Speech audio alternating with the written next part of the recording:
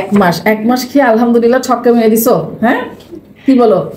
আলহামদুলিল্লাহ বলো। হ্যাঁ, এখন আমাদের তো প্রেগনেন্সি টেস্ট পজিটিভ চলে আসছে, কি বলো? হ্যাঁ, তুমি তো আমার কাছে প্রথম আসছিলা কখন? ডিসেম্বর মাসেই তো আসছিলা। আচ্ছা, তোমার বিয়ে হয়েছে এখন কত বছর? 5 বছর। 5 বছর এর মধ্যে গর্ভে একটা সন্তান আসছিল, সেটা বিয়ের প্রথমে, সেটা প্রায় এখন থেকে 4 বছর আগে ওটা নষ্ট হয়ে গেছে। আচ্ছা, এই 4 বছরের মধ্যে আর কোনো সন্তান আসছিল তোমার পেটে? আসে নাই, তখন আসে নাই। এখন বাচ্চা নেওয়ার চেষ্টা করতেছো না? আজকে কতদিন? 1 মাস হয়েছে বাচ্চা নেওয়ার চেষ্টা করতেছো। এর মধ্যে স্বামী কতদিন আসছিল? স্বামী আসছে 2 মাস হচ্ছে। 2 মাস হচ্ছে হাজবেন্ড আসছে, তাই না? এখন 5 মাস থাকার কথা। আচ্ছা, তোমার হাজবেন্ড এই 4 বছরের মধ্যে কয়বার আসছে? আসছে 2 বছর আগে গেছে। 2 বছর আগেও আসছিল। তখন কি তুমি বাচ্চা নিতে চাইছিলা? বাচ্চা নিতে তখন নাও নাই, এবার বাচ্চা নিতে চাইছিলা। কিন্তু এবার বাচ্চা নিতে চাইছিলা, এবার কি নিজেরা 1 মাস চেষ্টা করছো? হ্যাঁ, ওটা চেষ্টা করছিলাম। 1 মাস চেষ্টা করার পরে গর্ভে সন্তান আসে নাই, তাই তুমি এখানে চলে আসছো, কারণ তোমার হাজবেন্ড বাইরে চলে যাবে।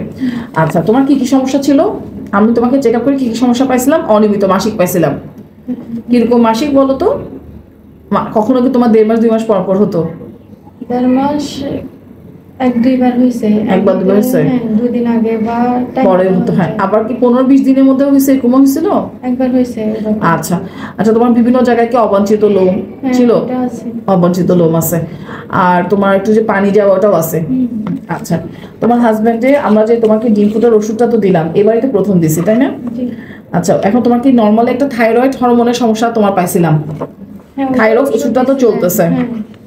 আচ্ছা আচ্ছা, আমার কাছে ডিম ফুটার ওষুধ তাহলে তুমি কয় মাস খেলা? 1 মাস। 1 মাস খেয়ে আলহামদুলিল্লাহ ছক্কা মেরে দিছো। হ্যাঁ, কি বলো?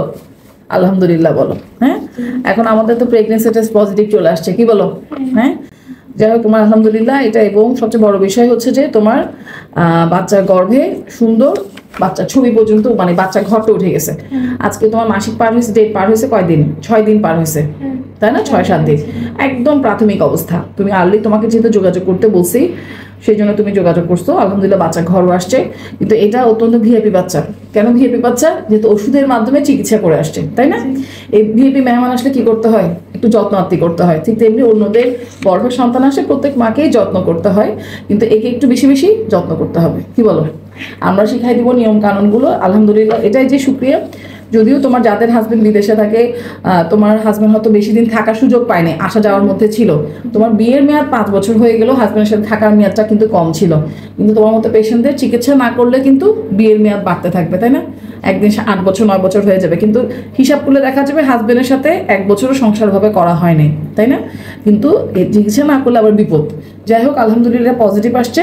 এখন আমরা তোমাকে দেখে কিছু ওষুধ দিয়ে দিব। হ্যাঁ।